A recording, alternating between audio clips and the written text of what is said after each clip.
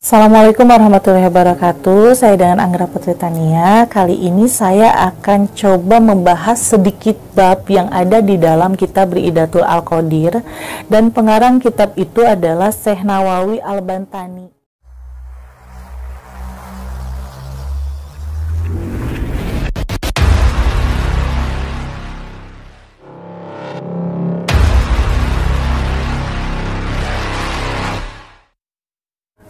Dan di dalam kitab Ri'idatul Al-Qadir itu menjelaskan tentang detik-detik kematian orang, detik-detik malaikat mencabut nyawa seseorang, dan di situ juga ada tentang kehidupan setelah kematian.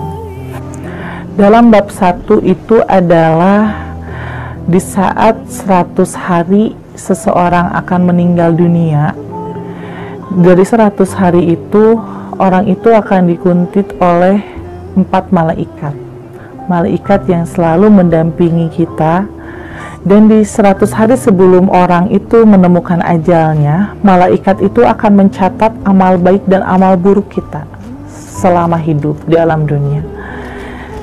Dan disitulah di saat 100 hari itu seseorang yang akan meninggal dunia itu akan merasakan yang namanya kedinginan mendadak di saat setelah sholat asar.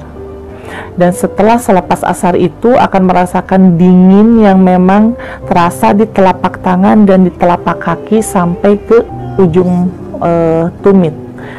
Nah, disitulah berarti itu adalah tanda-tandanya 100 hari. Dan kita singkat cerita, di saat 41 hari sebelum ajal datang, manusia itu akan merasakan yang namanya denyutan selepas asar, denyutan di telapak kaki, dan denyutan itu akan terasa terus-menerus selama 5-10 menit. Berarti di situ kita sudah menjelang ajal di saat 41 hari ya sebelum. Nah, di situ malaikat akan masuk ke dalam telapak kaki kita, dan berapa nilainya malaikat yang masuk ke dalam kaki kita itu bisa dihitung ribuan ya, wallahu alam berapa ribunya, tetapi itu ada ribuan. Dan di selama 41 hari itu malaikat itu satu persatu akan terus naik ke atas sampai tiba pada ajalnya 7 hari sebelum meninggal. Itu malaikat akan masuk ke dalam lututnya manusia itu, dan manusia itu di saat malaikat sudah nyampe ke lututnya selepas asar itu akan merasakan seperti gemetaran, seperti kayak yang susah untuk berdiri, kayak berat, karena itu malaikat sudah kumpul di dalam lutut kita kanan kiri.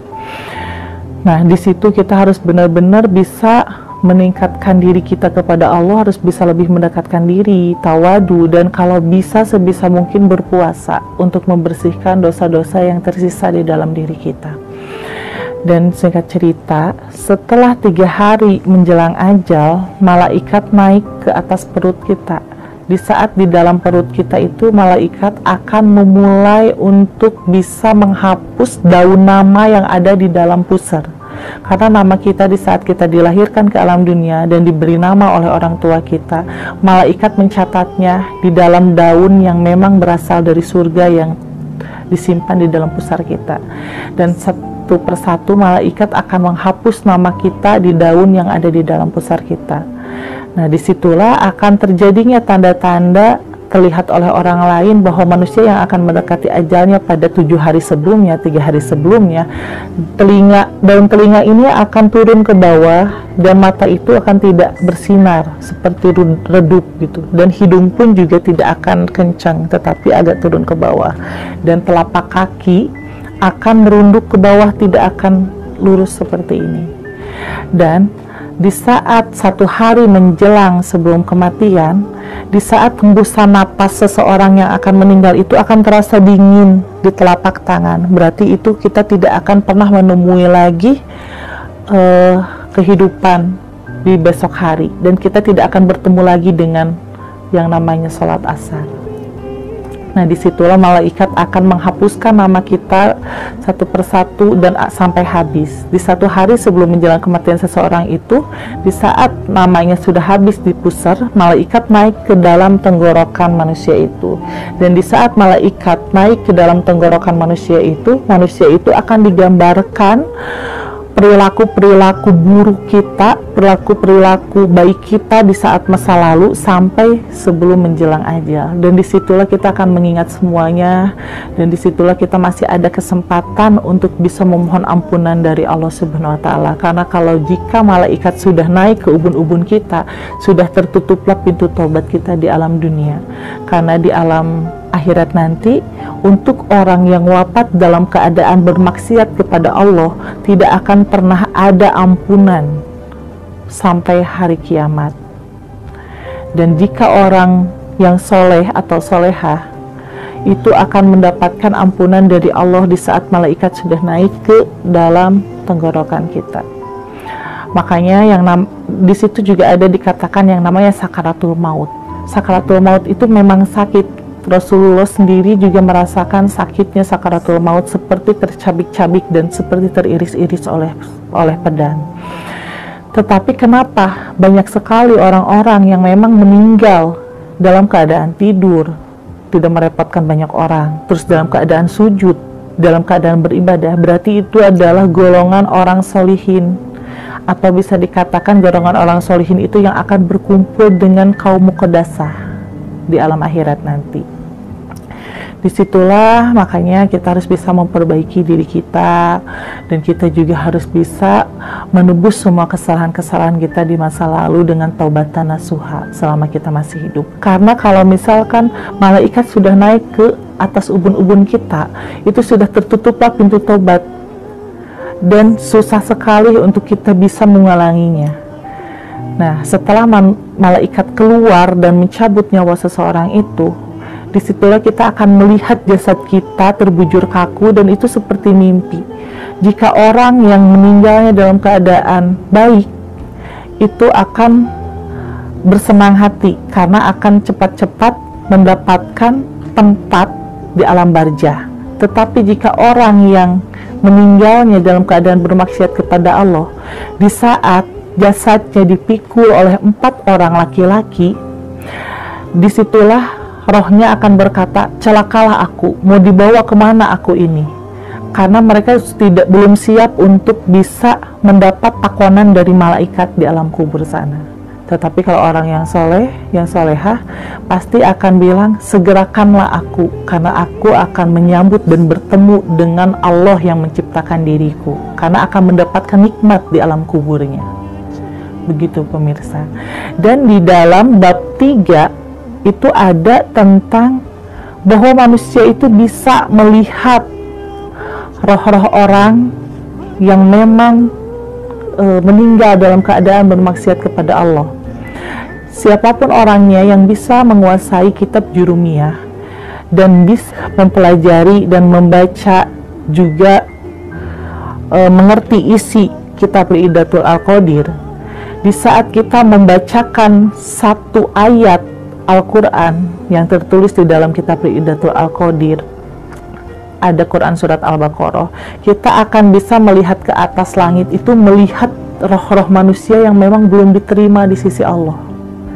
Dan itu berlaku kepada siapapun, bukan dari golongan orang solihin, bukan dari golongan orang yang bermaksiat atau yang seperti apa, karena yang namanya amal baik dan amal buruk hanyalah Allah yang menilai, dan malaikat ditugaskan untuk mencatatnya. Dan disitulah yang sangat mengerikan, di saat orang yang menguasai kitab Jurumiyah dan juga belajar kitab Idatul Al-Qadir, di saat melihat ke atas itu akan melihat roh-roh yang memang bergantungan di atas langit yang tidak diterima di sisi Allah, dan akan mendengar jeritan-jeritan yang meminta tolong dan ingin kembali. Seandainya waktu bisa berputar kembali, mereka tuh ingin memperbaiki dirinya, ingin memperbaiki sifat-sifat buruknya, tetapi semua itu sudah tidak bisa, karena nanti di akhirat itu, di hari kiamat, sebelum mereka masuk ke surga dan neraka, akan dikumpulkan yang dinamakan dengan alam pertimbangan. Alam pertimbangan itu sebelum hari kiamat itu akan dikumpulkan seluruh manusia yang sudah meninggal. Mereka akan dikumpulkan di padang mahsyar, dan itu akan ditimbang satu persatu antara amal baik dan amal buruknya. Di saat amal baiknya lebih banyak, itu pasti akan mendapatkan tempat dan disatukan dengan golongan orang solihin dan kaum muqaddasah. Dan jika orang itu keburukannya lebih banyak daripada kebaikannya, maka disitulah mereka itu akan langsung dimasukkan ke api neraka. Ini ada pertanyaan, bagaimana dengan orang yang meninggal kecelakaan atau bunuh diri? Kalau untuk yang kecelakaan itu, kecelakaan tanpa disengaja itu bisa dikatakan adalah syahid ya, apalagi kecelakaannya itu sampai langsung meninggal dunia. Tapi yang namanya sakaratul maut itu tetap semua orang merasakan yang namanya sakaratul maut, tetapi lebih dilihat lagi ke dalam amal baik dan amal buruknya. Jadi tetap dikembalikan ke amal baik dan amal buruk kita yang akan menjadi tabungan kita di akhirat. Jika orang yang jika orang yang kecelakaan itu memang semasa hidupnya lebih banyak amal kebaikannya, berarti itu udah jelas syahid. Tetapi jika lebih banyak keburukannya, itu bisa dikatakan orang itu meninggal dalam keadaan hina, dalam keadaan bermaksiat kepada Allah. Nah, beda halnya dengan orang yang bunuh diri. Yang bunuh diri itu adalah orang yang memang tidak mempunyai iman. Karena yang namanya kematian itu sudah tertulis di dalam Lauh Mahfuz, itu adalah takdir. Tetapi dengan yang bunuh diri itu adalah kemauan dan keinginannya sendiri. Berarti itu dikatakan orang yang memang tidak mempunyai iman dan tidak akan diterima di sisi Allah. Dan mereka, rohnya itu akan tetap tergantung sampai menunggu hari kiamat. Kalau untuk yang sakit, di dalam kitab Hidayatul Aqadir itu dijelaskan, jika seseorang sakit dan sakitnya itu terasa di dalam perut, itu di saat mereka meninggal dunia, itu akan dikatakan syahid, karena penyakit yang paling berat itu adalah penyakit yang dirasakan di dalam perut. Sesuai dari Kanjeng Rasulullah SAW, jika ada umatku yang meninggal dalam keadaan sakit perut, itu dikatakan syahid. Yang jelas yang akan dikatakan mati syahid itu adalah orang yang sakit perut. Tetapi sakit perut itu bisa dikatakan bukan berarti sakit perut karena dibuat oleh sendiri minuman keras gitu ya, tetapi seperti orang yang punya penyakit mah kronis gitu, terus seperti yang punya penyakit liver, pokoknya tentang pencernaan aja, tentang pencernaan, dan itu memang sakit ya, tidak dibuat sendiri, itu dikatakan sakit. Kalau untuk yang kecelakaan itu bisa dijadikan itu adalah kematian takdir ya, karena kan yang namanya kematian itu tidak ada yang tahu, karena kematian itu di saat manusia dikandung oleh ibu di usia 4 bulan, manusia itu di dalam rahim ibu tuh udah dituliskan di dalam Lauh Mahfuz tentang kematiannya, rezekinya, jodohnya, dan segalanya, pokoknya tentang kehidupannya. Nah, kalau untuk masalah rezeki dan masalah jodoh itu adalah pilihan tergantung kita yang menjalaninya. Tetapi kalau untuk kematian yang sesungguhnya itu adalah takdir Allah. Nah, jadi jika orang yang meninggalnya kecelakaan, berarti itu sudah ada di dalam keterangan Lauh Mahfuznya. Dari 100 hari sebelum orang itu meninggal dunia, memang sudah diikuti oleh malaikat. Tetapi kalau untuk yang bunuh diri, itu yang mendahului kehendak Allah, yang tidak mempunyai keimanan dan ketakwaan. Makanya dari itu dia ambil jalan pintas dengan bunuh diri. Mungkin di alam dunia ini, dengan dia bunuh diri, dia itu merasakan sudah tenang ya. Tetapi kalau untuk di alam barzah itu udah jelas mereka itu tidak diterima di sisi Allah, bahkan tidak mempunyai tempat, bahkan dianggapnya itu adalah hina. Jadi kalau orang yang memuja setan itu kan sudah dikatakan musyrik, dan di saat dia meninggal dalam perjanjiannya, dia itu udah jelas tidak akan diterima di sisi Allah dan tidak akan diterima di bumi, karena di saat dia meninggal itu bukan takdir yang sesungguhnya, tetapi dia itu langsung dibawa oleh siluman itu sendiri dan akan dipekerjakan di alamnya. sampai pada kematian yang ditakdirkan oleh Allah tiba. Di saat kematiannya tiba, akan terbebas dari perjanjian itu, tetapi tetap akan dijadikan seperti tidak jauh dengan sampah, karena dia memuja kepada selain Allah. Kalau untuk orang yang diguna-guna, itu kalau misalkan meninggal, tetap itu adalah takdir dari Allah. Karena kalau misalkan orang itu belum pada saat waktunya meninggal, pasti walaupun sesakit apapun, diguna-guna seperti apapun, dia akan mendapatkan pertolongan dan perlindungan dari Allah. Jadi kalau orang yang meninggal karena guna-guna, tetapi itu memang sudah takdir dari Allah meninggalnya dengan sababiah itu tetap dikembalikan lagi ke amal baik dan amal buruk kita. Tetapi kalau misalkan penyakitnya di dalam perut, itu udah jelas syahid. Tetapi kalau misalkan dia meninggal karena santet sambar nyowo gitu kan, itu jelas semua dosa-dosanya orang yang disantet itu akan pindah kepada orang yang memang menzoliminya.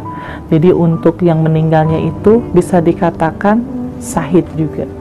Ya pemirsa, jadi kembali ke penjelasan yang tadi ya, bahwa setiap orang yang meninggal itu punya golongan-golongan dan tingkatan-tingkatan sendiri di mata Allah, seperti golongan nabi, seperti golongan waliullah, golongan orang solihin, dan golongan kaum muqaddasah.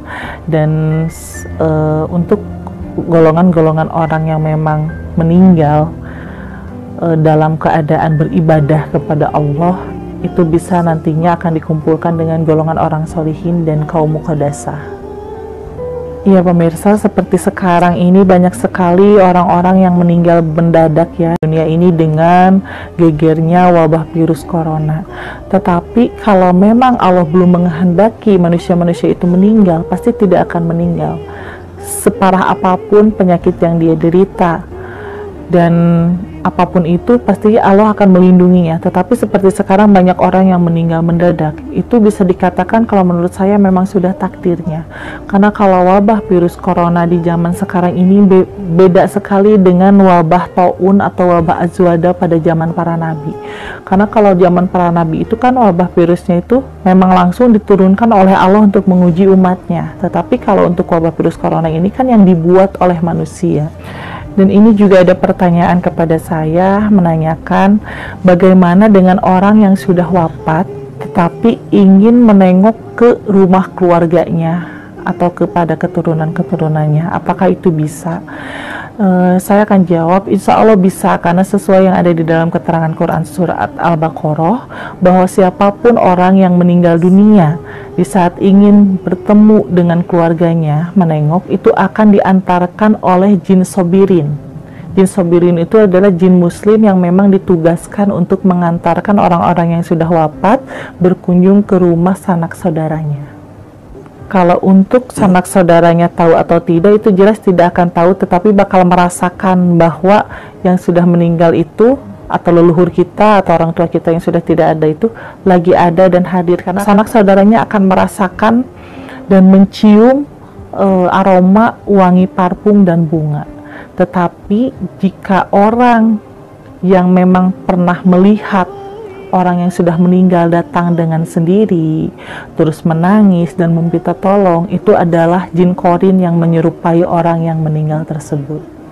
Kalau orang yang sudah meninggal sebenarnya sudah terputus ya antara kehidupan di alam barzah dan di alam dunia, tetapi bisa ada kesempatan dalam 1 minggu itu 1 kali untuk berkunjung kepada rumah sanak saudaranya, dan hanya doa anak soleh lah yang bisa nyampai dan bisa memperingankan hisaban-hisaban orang yang sudah meninggal. Ya pemirsa, mungkin sampai di sini pembahasan dari saya, dan saya pesan bahwa kematian itu adalah takdir dari Allah. Jadi jangan sampai kita tidak mempunyai keimanan dan ketakwaan di dalam menghadapi sebuah masalah besar. Jangan sampai ambil jalan yang pendek gitu, seperti bunuh diri, karena yang namanya bunuh diri itu tidak enak. Seperti di dunia aja akan bebas dari semua masalah, tetapi pertanggungan kita di akhirat nanti yang berat. Jadi saya sarankan kepada semuanya lebih meningkatkan diri kita kepada Allah Subhanahu wa Ta'ala, dan tolong jauhi sifat buruk, dekati sifat-sifat yang baik, dan kita harus bisa lebih meningkatkan keimanan dan ketakwaan kita kepada Allah Subhanahu wa Ta'ala. Sekian dari saya, Anggra Putri Tania. Wassalamualaikum warahmatullahi wabarakatuh.